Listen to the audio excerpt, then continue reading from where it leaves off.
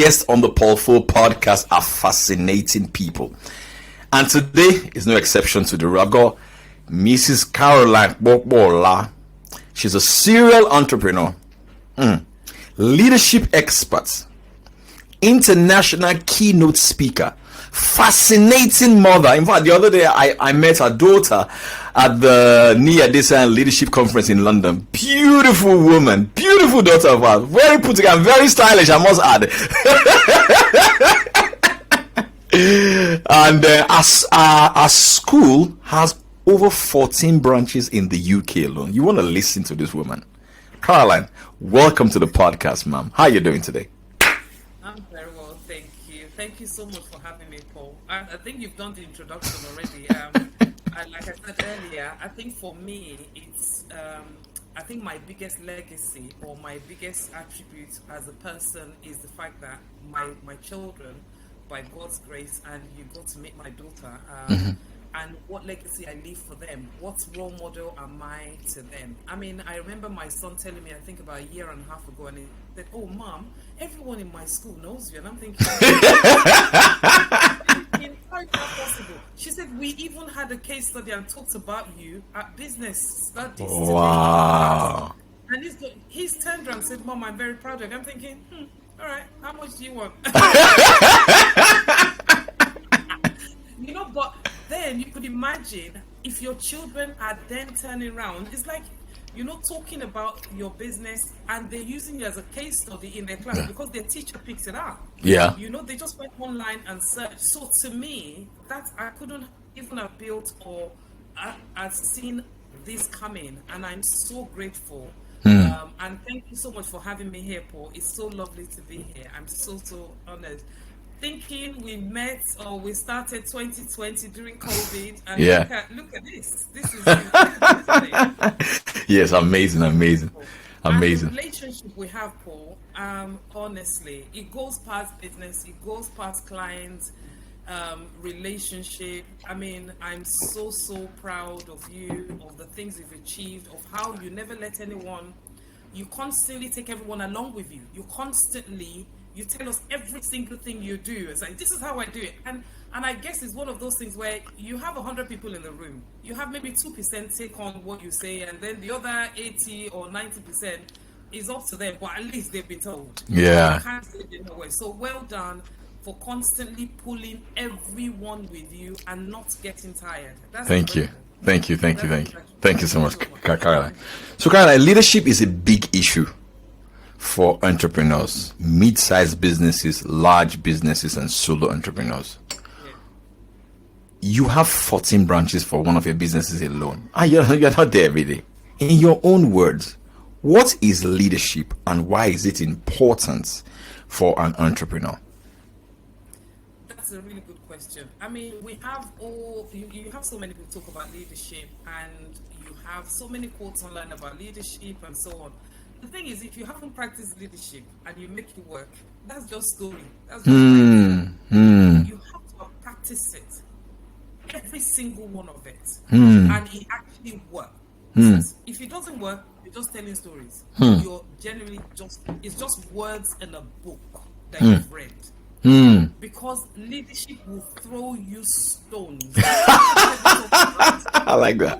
When the Bible talks about you would face the Bible talks about seek God and all this stuff, but it doesn't tell you wouldn't face challenges. When leadership starts and when you do it, when you start leadership and you're doing it, it's the fruit, the result of what comes after.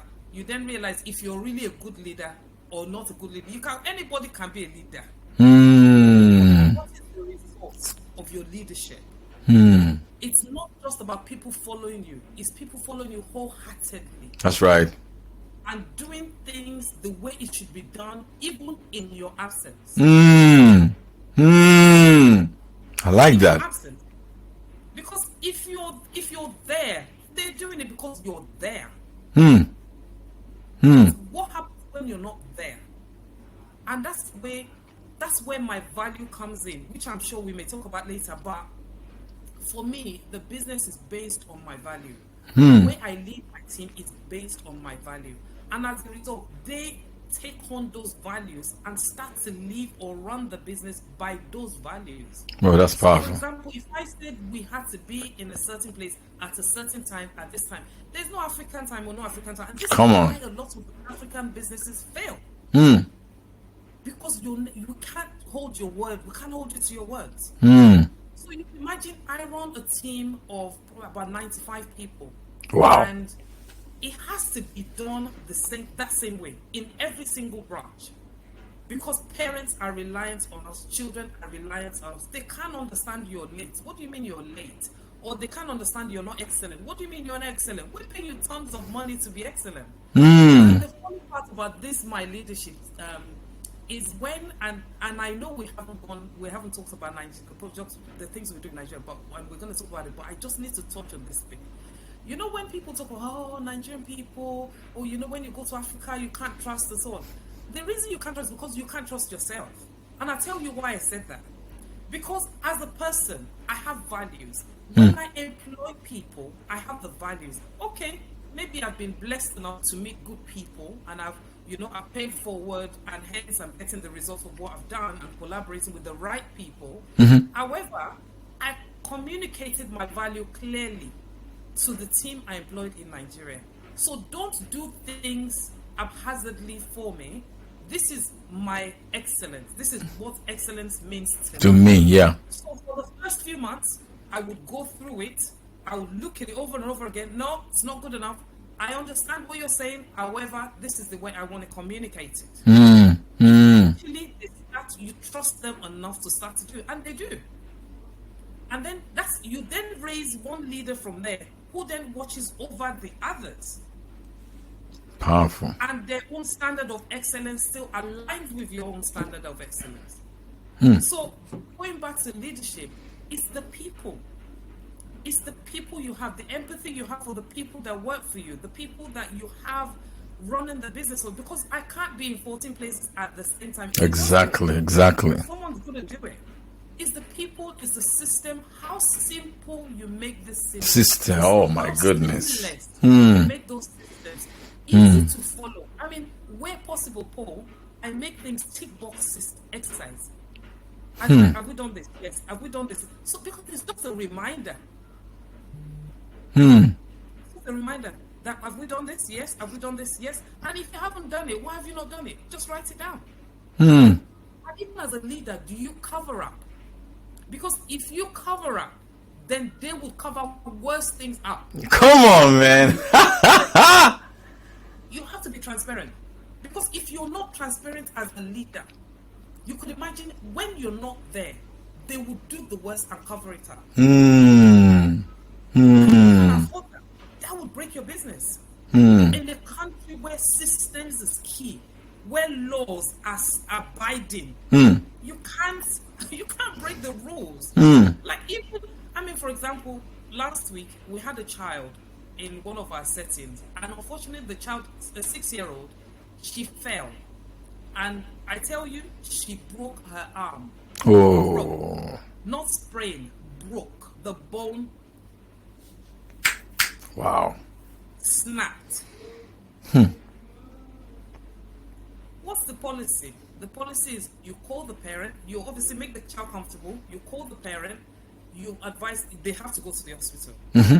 In addition to that, when they get to hospital, our governing body, which is Ofsted, our overall education governing body in the UK, you have to inform them if child spent a night in hospital. I called the parents later as an owner. I called them later just to check on them. Oh, your team they were incredible. They did everything right. They were just this. He was just going on about how wonderful my team are. Wow. And then, but to me, I'm just thinking the bone. I'm thinking, oh my God, the bone. And eventually, he said all that, which meant the service he received, he was so excited and he was so satisfied with the service that he's not going to take it any further. But me as a practitioner, I had two choices.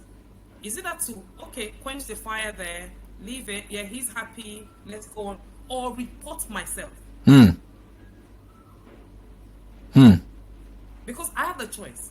I reported myself to the governing body, as in reported. Very good. That's integrity. That's it. because the choice, and I then copied my team in to see this is what we've done. This is very If I powerful. was not there, they could take the phone call, they could deal with the message from the governing body to say, "Guy, yeah, we did this, this is this, the email went on this day, this is Yeah. what's in the email." Yeah. Exactly. Literally step by step. So you can imagine if I was not there, they know what to do next time. They will never cover up, Paul. Yeah, And that's never. what leadership is about. Never. So What are you powerful. putting down for them to tread on? Hmm. What is it you've laid? What's that mat? What's that mat? What's that carpet you've put down for them to tread on? The footsteps. So powerful. So powerful. Somebody once said that, you don't know your values until you face situations that test the value, as it were, put the value to test. I agree. I agree. Yeah. So, what are some of your, because you've spoken very well about values and how your people imbibe to those values, and if it doesn't meet those standards, you insist that it meets those standards. I'm learning something right now, because I realize that with my children as well, for example, if they clean the kitchen and it's not up to standard, I say to my sons, if this was an exam, will you pass this exam? They'll be like, oh, well, it's just a little thing on top of the no. If this was an examination, will you pass this examination? I said, let's demand high standards even for the little things, no matter how small they are, because it can spill over to other aspects of our lives. All right. So what are some of the values that have driven your business, your business? And talk to entrepreneurs how they can develop those values and how they can implement those values across board in their businesses. So I like the fact that you said even in those little things. Yeah. And that's the thing, I don't compromise. Mm. It doesn't happen in my book. So because I don't compromise, my team would not compromise. I like that. And I show them in every single thing I do. I don't compromise. Because I'm a living being of what I want them to be. And I've got to the stage now where my team will chastise me if I even bend a bit, or not you're absent-minded sometimes. And Yeah. I'm like, yeah, don't worry about it. Then, Miss Caroline, no. You forgot. They challenged me. I like that. That goes for even my team in Nigeria. UK. Even my team in Nigeria. Yes, you can be big boss, you can be big mommy or big mama. I give them permission to challenge me. I love that. Constructively. I like that. The only caveat. Just don't be rude. Yes. Exactly. It has to be constructive. Yeah. That's the only caveat. Love it. Every other thing, Love it. I allow them. Because Love it. no one is perfect. Love The it. most quietest person in the room might be the most valuable thing they say that would change that business. The most quiet. 100%. Why do you not value them? Why do you not value their opinion? So for me, it's so important that I allow everyone shine in their way. It's understanding what are their strengths and how can that strength even benefit not just the business but even me as a leader. And the whole point is having to raise other people that can do the same thing that you do, possibly sometimes in a different way with the same outcome, as long as we have the same value. So powerful. So powerful. So powerful. Because at the end of the day, it's your troops, your team that are in the front line. They interact with the clients. They interact with the parents. They interact with the children. So their inputs is very, very, very, very valuable. You ignore those inputs at your own peril. Oh, I can guarantee you, maybe only 10% of my parents know me. Whoa! Only 10%. They don't know me. I couldn't even tell you who is who.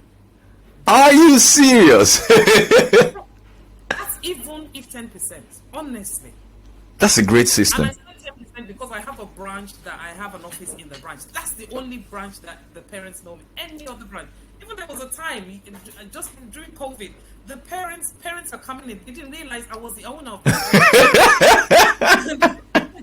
They're expecting some, but that's more to do with that, all those racial stuff, Yeah. So, and I just accept that. I just wear the badge. I don't mind. I'm Yeah. not bothered about that. So I don't mind. I said, well, it's my name on the door. I will be taking the checks. So This is so powerful. Genuinely, only 10% of my parents know me. Caroline, I tell you who's who. Caroline, go ahead, yeah. And they always assume, when they see Alpha, they always assume that this really big organization with massive office, with like tons and tons of staff, and then we have all the branches everywhere. Then, oh, you guys are everywhere. Like, okay, yes, we are. And they just think, oh, so at first, and so it works out good and not so good in some ways, because they assume it's this big organization with this massive boards of directors sitting somewhere and just earning money. And you know, like you and I, English people don't like the fact that you're making money. They don't like the fact that you're making money. So sometimes when they have a grievance, they can say, oh yes, it's to the company and we want the head of da da da da. And I just say, oh, hello, hi, I'm the head of da da da. No, we want. I said, yeah, that's me. I like that. I like that. And then they soften up and they, oh, okay. Oh, I said, no, it's just us. It's just us. Brilliant. They just have that perception. Yes, let it be. It's good. It's good perception. Wow. Fantastic. Caroline, so if somebody is watching us or listening to us right now, and the person says, okay, I love education business, I like what Caroline is saying, how can I duplicate this? How can I have this kind of system wherever I am? I know that we have a system whereby people can get into the Alpha Global Africa system and set up education business. Can you talk to us about that, and how can people get involved in that? Yeah. So what we're doing at the moment, so we're so grateful that during COVID, we're able to open 2 branches and franchise branches. So we have one of them that is fully run, and it's been running for nearly 4 years now, and they've been really, really well. I mean, it's really, so we know we have a good system, we have a good product, if that makes sense. So we've decided to actually obviously open up our franchise bid. So we've now opened, or we're opening it at the end of this month, of the month of August. So if anyone's interested in purchasing or buying into the franchise, definitely they can do that. That's one arm of what we do. Great. And especially, and this hopefully to a lot of Africans that want to run businesses in the UK. So what we tend to do is they buy into the franchise here, and we manage the business for them, or decide they want to buy into a nursery or whatever. We manage the business for them here, so we have that management service where we'll register it, we'll do everything for them, and they would just pay a management fee, and the profits they get, in an account here, they pay their tax. So we get the accounts open, taxman. We get the accountant for them. We do everything for them. They get their management accounts every 6 weeks, and all of those things that they would need to see and identify that their business is run properly, and they just sit back and just earn the profit. So all the pay management. So we have the franchise, we have the management system where we manage their nurseries for them. All they have to do is show their interest, and we would obviously buy and look into the whole thing for them, do the whole registration. So they literally don't have to do anything. It's very powerful. The other part as well is like, because we're based, we're starting to move into Africa. We're obviously encouraging people as well that if you want us to come into your school, have a look at your school, see what can be implemented, what can be changed. Are you looking to open a new school? You want us to be a part of it? Definitely, we're willing to do that as well. And we'll bring in systems, policies, procedures that would really help you to run the way you want to run. We haven't started franchising in Africa. I'm sure that's going to be another step, but we haven't started that yet. So, but I think mainly, to be honest, if people want to franchise here, that's a big, big one. To be earning in sterling and not even being there and not even doing the work. So like offering you money on a platter plate. It's very powerful. How can they book a call to have that conversation, to start that conversation? Are you going to give me a link so I can put it in the show notes? So we'll send that off. The system is getting done, and definitely it'll be open to the public by the end of this month. Definitely. Oh, great, great, I'll great. send you.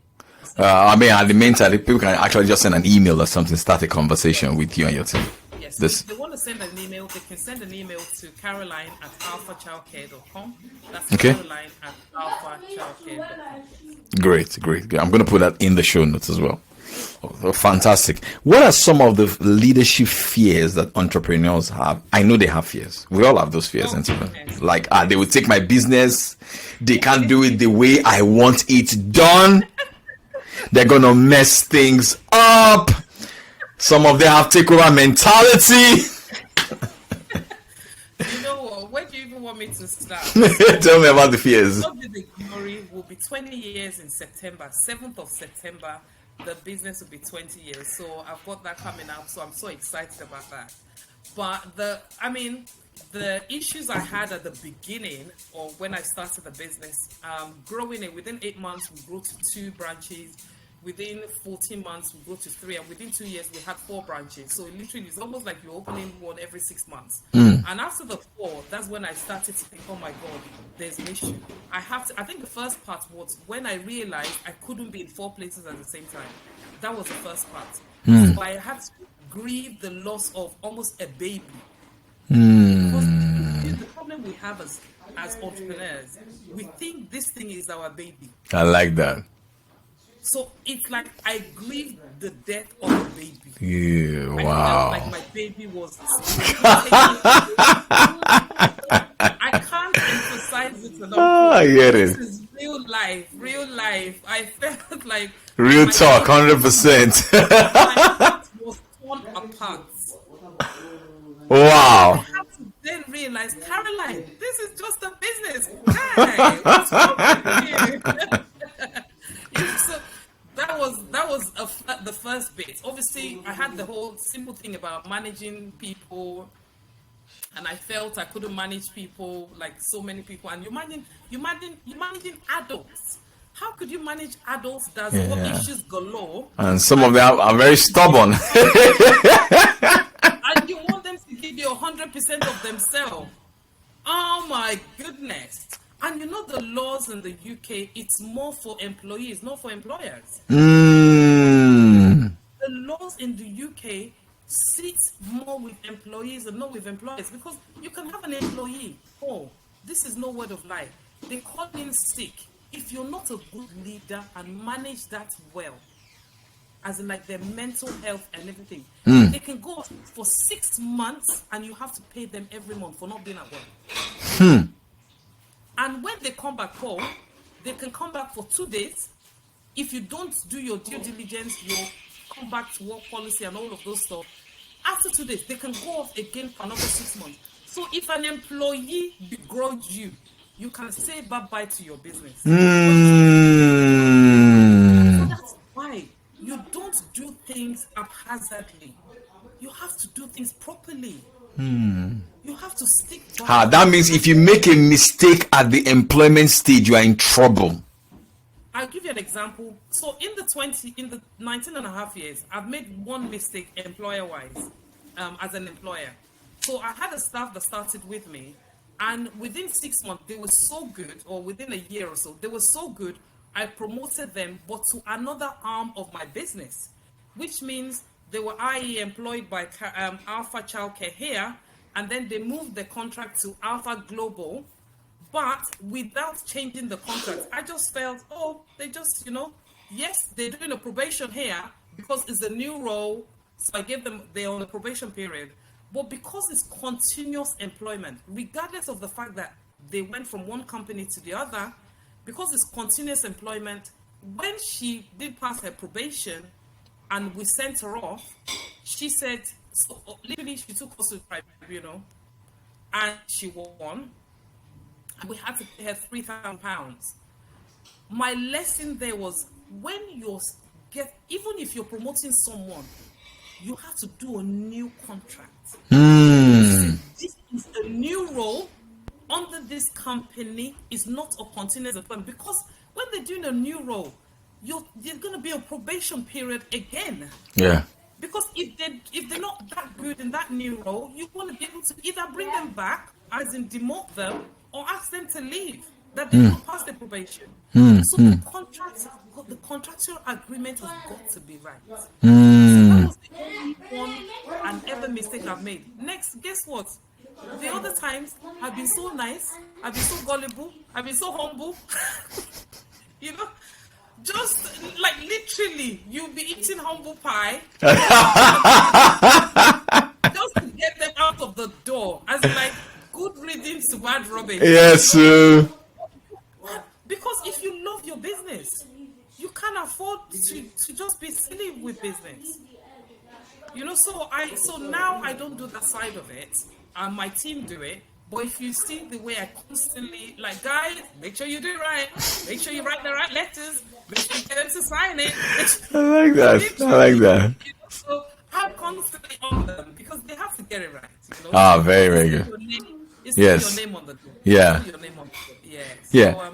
But again, what I find works for me as a leader, it's nice to be proactive. So you're thinking advance before these things happen. Yeah. And for some reason, I don't even know how, that's just a gift I have.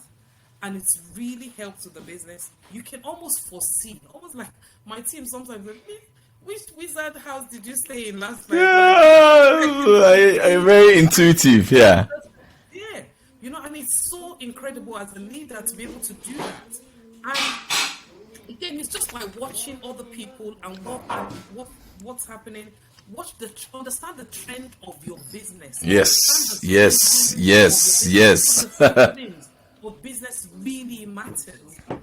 So when you've watched the trend and the season, okay, this is going to be a season when this may happen. For example, we have seasons when employee change contracts and they move to other companies.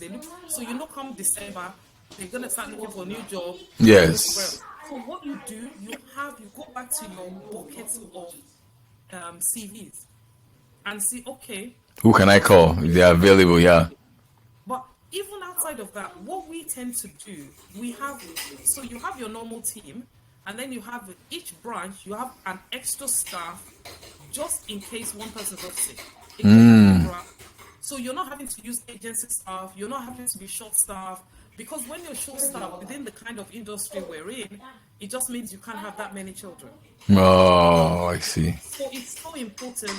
It's just even if you're running a restaurant, and so this is very powerful. So it is your context that determines your strategy, not copy. No, not copy. I like that. Copy doesn't work for every industry. I love it. So good. Very powerful. And even within the same kind of setting, because you have different clienteles, the clientele you have and their response to things in Manchester is different from what you have in London. In London, we're very fast paced. Whereas in Manchester, they can be very laid back. In Birmingham, they can be very laid back. But in London, we're very, very fast paced.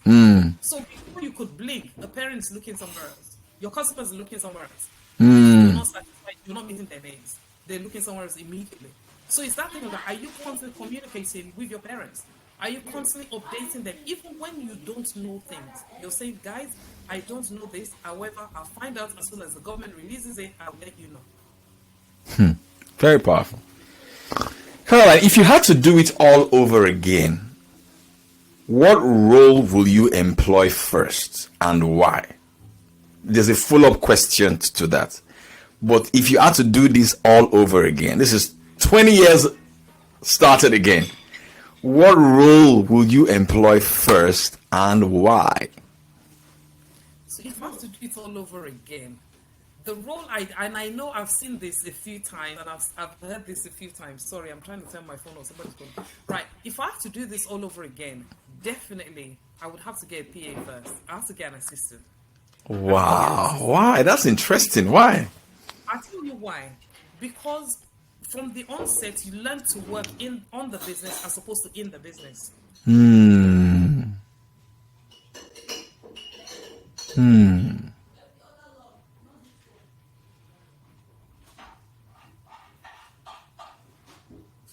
Benefit.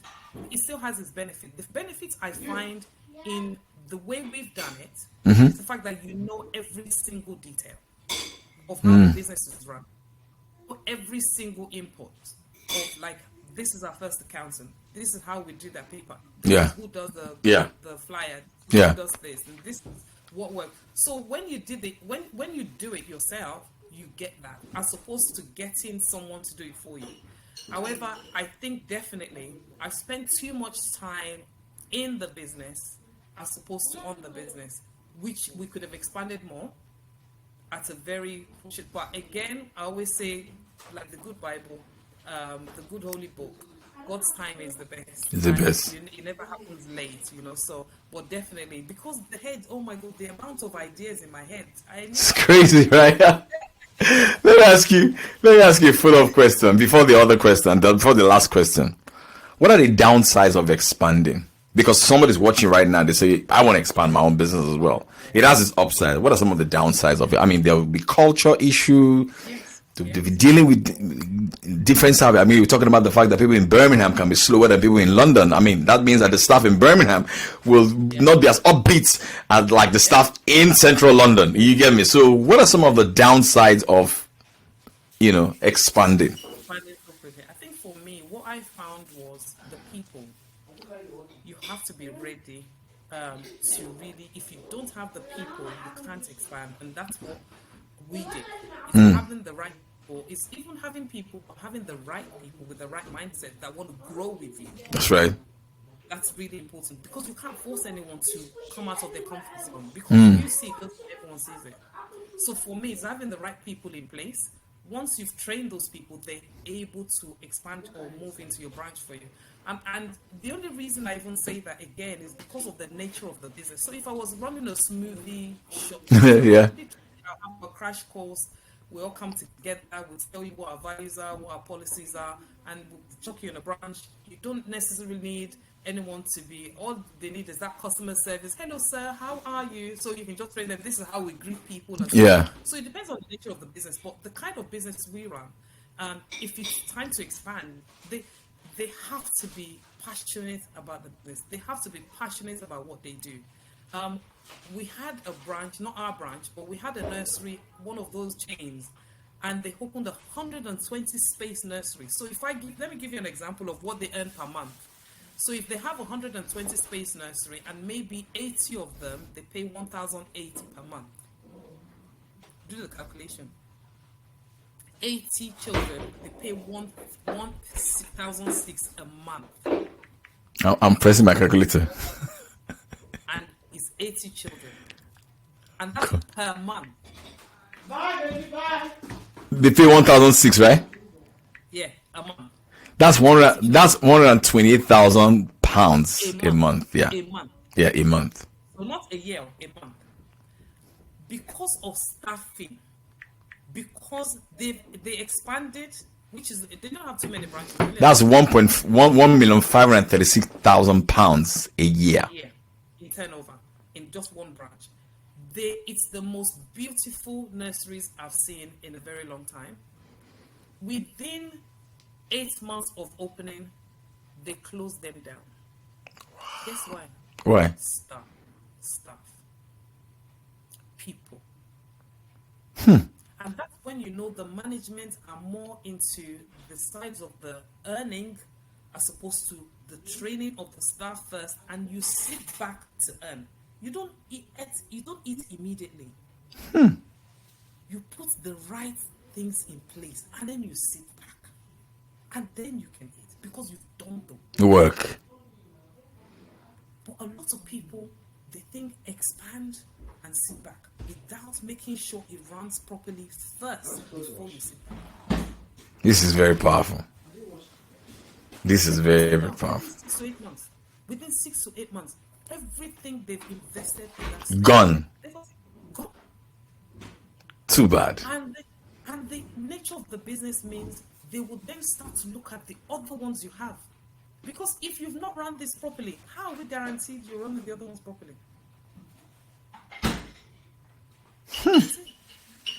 Caroline, before I ask you the last question on this episode of the podcast, right?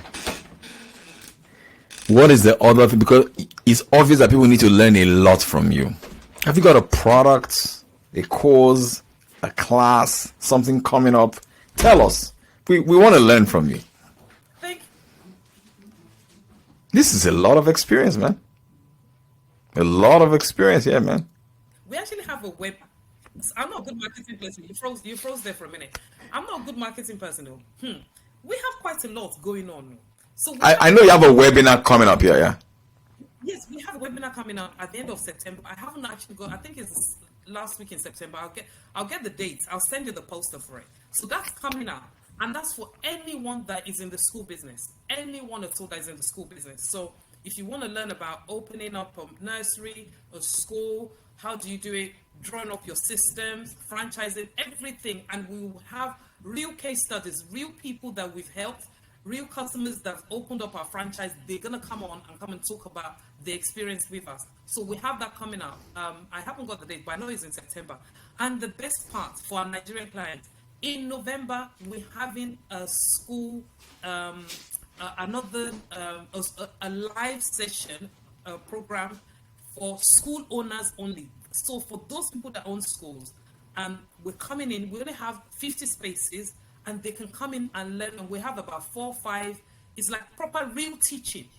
We're thinking it's probably going to be over 2 days. And that's in November. I think November the 12th or 13th. Real in Nigeria. Caroline, that one in Nigeria, you just buy my ticket. You know, I'm going to teach them how to sell their school. How to get students and parents through the door. We're on. Yes, because I've spoken at a conference like that before. I'm coming. Caroline, this has been a powerful session. But one last question for you. If you had to do it all over again, then after that last question, I'll do a fire round question with you, and that's it. I know your time is very valuable. If you had to do it all over again, what is the one skill that you would develop like immediately? What's the one skill? 20 years? Yeah. Skill, communication skill. Because it covers everything, isn't it? It covers everything. Paul, when you have the right communication skill, you sell water to the sea. Come on, girl. You have the right communication skill and the right language. You sell water to the sea. Honestly. It's very powerful because it's an important skill both internally to your staff and externally to parents and externally to all your stakeholders. Everyone, stakeholders, your collaborators. How do you win bids? Communicating in the right language that they want to hear at that time. And you know, in every single room you enter, the language is different. You have to learn the language. Every room has a language. I like that. Every room has a different language. Powerful, man. This is so good. Communication, you cannot pay enough for learning how to communicate to the young, to the old, everyone. You know, so it's so important because that's it. It's the way you communicate that got us here. So powerful. If I give you negative vibes via my communication or everything I do, you won't even look. Yeah. You will not trust me. You will not buy into me. You will not buy into Alpha. You will not buy into the product or the services. So powerful. That's one skill, I think, because with communication skill, you can run people. You can do all sorts. Wow, this is so good. And at the beginning of honestly, if I had my team that I started with sit down with you, oh my God, I would cry at every little thing. Wow, Caroline. Cry at every little thing. I didn't know how to communicate. I didn't know how to tell people off. I didn't know how to sack people. I didn't know how to... I was just so bad. You were the lovely auntie. All right. And they showed me pepper. Wow. Caroline, I think we should add this. You know, you're a businesswoman. You live in the UK, HQ in the UK, but you do business all over Africa. Can you speak a word to that diaspora that's watching or listening to us right now? And I say, I don't trust people in my own country. I don't trust. But you transverse these two continents and you are doing well.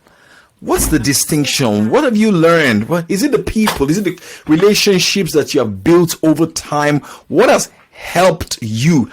Because these things, people say that, oh, you can't trust. I don't believe that. So tell us. I'm glad you said it. And the one thing I think all of us is, I remember when I came out, I call myself a local champion. And you know, when networking became a big deal and people would come out and say, "Oh, Caroline, let's network." And one year I decided I was going to go to a networking event, and that's how I somehow my voice got open or got loose or whatever. And I remember I'll make friends with the likes of yourself. I'll make friends with the likes of Fela, Niyi, Mr. Oshika, all these other big people everywhere.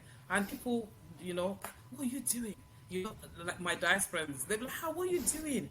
What's going on?" I said, "Guys, let me collaborate with these people." It opens the door so the rest of you can come in. I like that. I like that. So good. You can come in. So I'm not going on my own, but someone needs to break this door open. We can't carry on being locals. Come on, man. We need to go global. Mm. Because even in the UK, you're still local. Mm. Go global. So it's not only when you're in Africa you're local. It's even in the UK. If you haven't been anywhere else, you're still local until you go global. This is so good. And so at the moment, the things Alpha Global's doing, everyone's perplexed. Everyone's like, "What is going on? What is she on? What is she doing?" But it's just putting one foot in front of the other, collaborating with the right people, and trusting. You have to trust. Trusting, collaborating with the right people. I've got a big one coming up next year, but I can't say it. But when you see it, oh, even you know, hey, finally, we agree. Let's leave it like that for now. Let's leave it like that. To people, you have to trust. Yeah. This is the best time. Based on what the currency is like, this is the best time for diasporans to invest. Oh my goodness, this is so good. This woman is smart. For diasporans to invest, you cannot afford not to do something different. You can't remain local champion forever. You have to invest, and this is the way to do it. Just trust, collaborate with people that have been there. I have teams in Africa. I have done events in Africa, and I have not been beaten once. No one has gone away with my money. And if I tell you, you know, the kind of event we run, the amount... Massive, massive. I saw the last one. I saw the pictures, man. Big. We had over 1,500 people. That's a lot. That's a lot. That's like people. That's a lot. And no one went away with 1p of our money. Beautiful. So why are we not trusting? You have to just take the step and trust the process. Trust the process. It's a journey, but you have to trust the process. Thank you. So I urge that you have to get up, guys. Wow. The game of numbers. There are people in Africa. They need what you have. Wow. Caroline. Don't tell them everything. They have to come for your programs. Thank you, everybody. Caroline, where can people find you? Where's the best? They want to follow you on social media. Can you tell us your handle? What's the name? It's Caroline_Popola, right?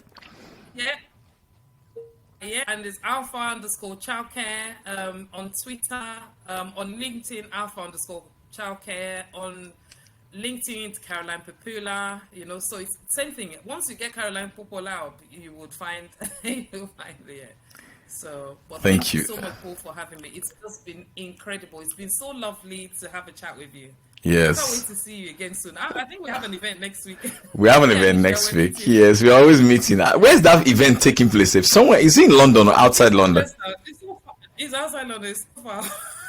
It's not far. It's not far because I know that I'm going on a church trip with my sons, and then from there I'm coming for the event. Bless you. Well done. Well done. You're very busy. Yeah. Let me stop the podcast. Then we